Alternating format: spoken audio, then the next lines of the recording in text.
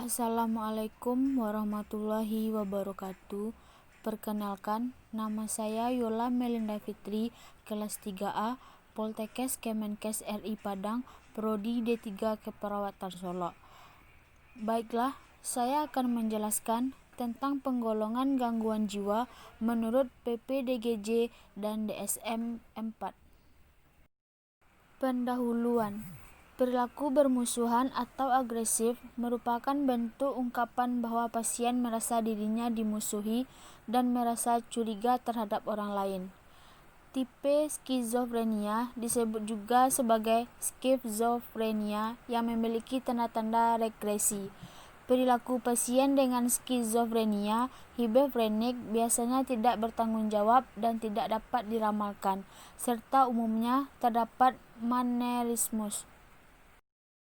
PPDGJ atau Pedoman Penggolongan dan Diagnosa Gangguan Jiwa. PPDGJ terbagi atas 3.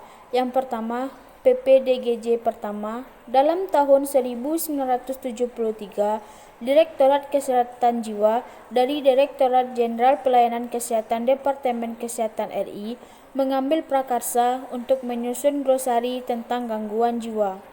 Suatu konsep disusun oleh Profesor Dr. R. Kusumanto Setionegro WM Roan dan R. Salam dari Direktur Kesehatan Jiwa serta Zebulon Taintor dari Universitas Buffalo USA. Sebagai penasihat konsep ini ditinjau oleh beberapa psikiater dari Fakultas Kedokteran Universitas Indonesia. Kemudian konsep yang telah ditinjau ini diajukan dalam satu seminar yang bertema Masalah Diagnostik dalam Psikiatri Indonesia, diselenggarakan oleh Direktorat Kesehatan Jiwa pada tanggal 10-14 November 1973 di Jakarta. Pembahas resmi ialah OP Tandau atau Universitas Indonesia, WF Maramis atau Universitas Airlangga, Sojono Prawiroharjo atau Universitas Gadjah Mada, dan di Jamaluddin Sojongon, Universitas Sumatera Utara. PPDGJ kedua. Sebagai hasil seminar nasional, ini terbentuknya panitia dengan anggota para psikiater Direktorat Kesehatan Jiwa dan Fakultas Kedokteran pemerintah. Tujuannya ialah mengembangkan glosari atau lebih lanjut. Perlu diingatkan apa yang dikatakan dalam ICD-8, yaitu ICD itu lebih merupakan suatu klasifikasi penyakit daripada penderita. Karena satu orang penderita dapat saja mempunyai lebih dari satu penyakit, maka harus ada peraturan prosedur yang menyatakan bagaimanakah berbagai keadaan itu harus dicatat. Peraturan ini akan berbeda sesuai dengan tujuan pengambilan data itu. Glosari ini terutama deskriptif dan bukan berdasarkan etiologi atau patologi. Lanjutan dari PPDGJ kedua, Pedoman Penggolongan dan Diagnosis Gangguan Jiwa di Indonesia edisi kedua, PPDGJ 2, disusun pada tahun 1983 dengan menggunakan ICD-9 dan Diagnostic and Statistical Manual for Mental Behavior Disorder Third Edition atau DSM ketiga. PPDGJ ketiga.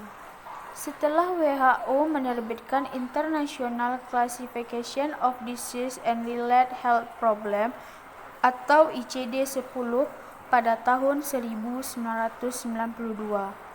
maka persiapan untuk merevisi PPDGJ kedua dilakukan oleh Direktorat Kesehatan Jiwa Departemen Kesehatan RI.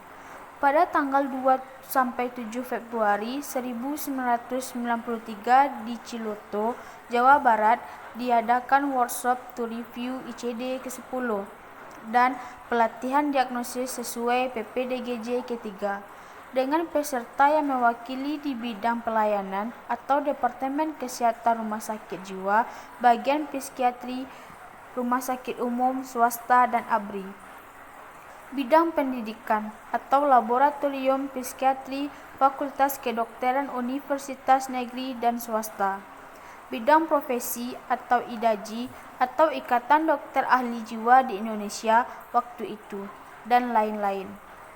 Kalau PPDG-J2 menggunakan kode numerik 290-319, PPDG-J ketiga menggunakan alfanumerik 1 huruf dan 2 angka F00 sampai F99. Dengan demikian, ada 100 kategori diagnosis dibandingkan 30 kategori pada PPDG-J kedua. Untuk spesifikasi yang lebih terperinci, digunakan karakter keempat dan kelima. Diagnosis multiaksial. Sejak tahun 1974 telah dikembangkan metode diagnosis multiaksial, khususnya dalam bidang psikiatri.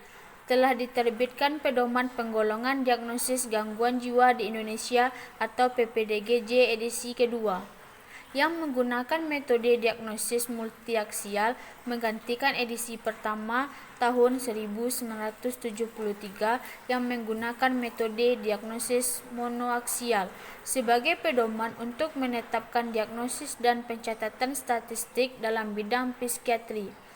WHO telah menerbitkan International Classification of Disease edisi ke-10 atau ICD ke-10 tahun 1992 sebagai pedoman klasifikasi berbagai penyakit, termasuk gangguan mental dan perilaku beserta suplemennya untuk menetapkan diagnosis gangguan jiwa.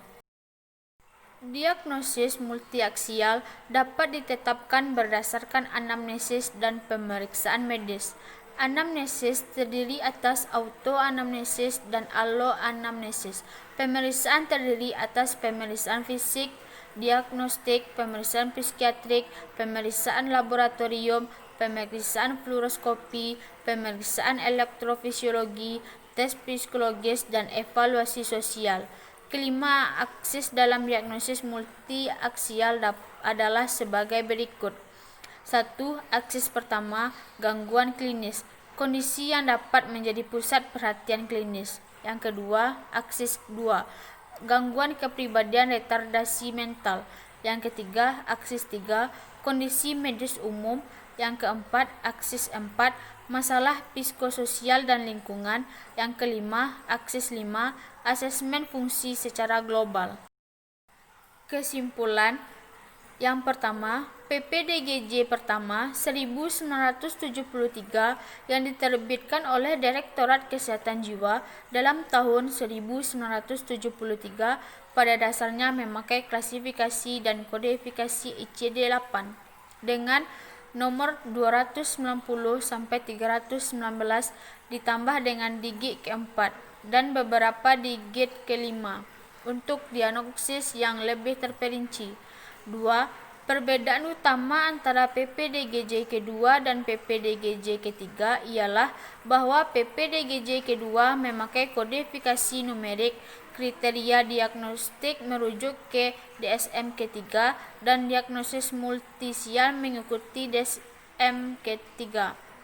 PPDG-J ketiga memakai kodifikasi alfanumerik seperti ICD-10. Pedoman diagnostik merujuk ke ICD-10 dan diagnosis multiaksial mengikuti DSM keempat. Terima kasih. Baiklah, sekian dari penjelasan saya. Jika ada kesalahan kata, saya mohon maaf. Wassalamualaikum warahmatullahi wabarakatuh.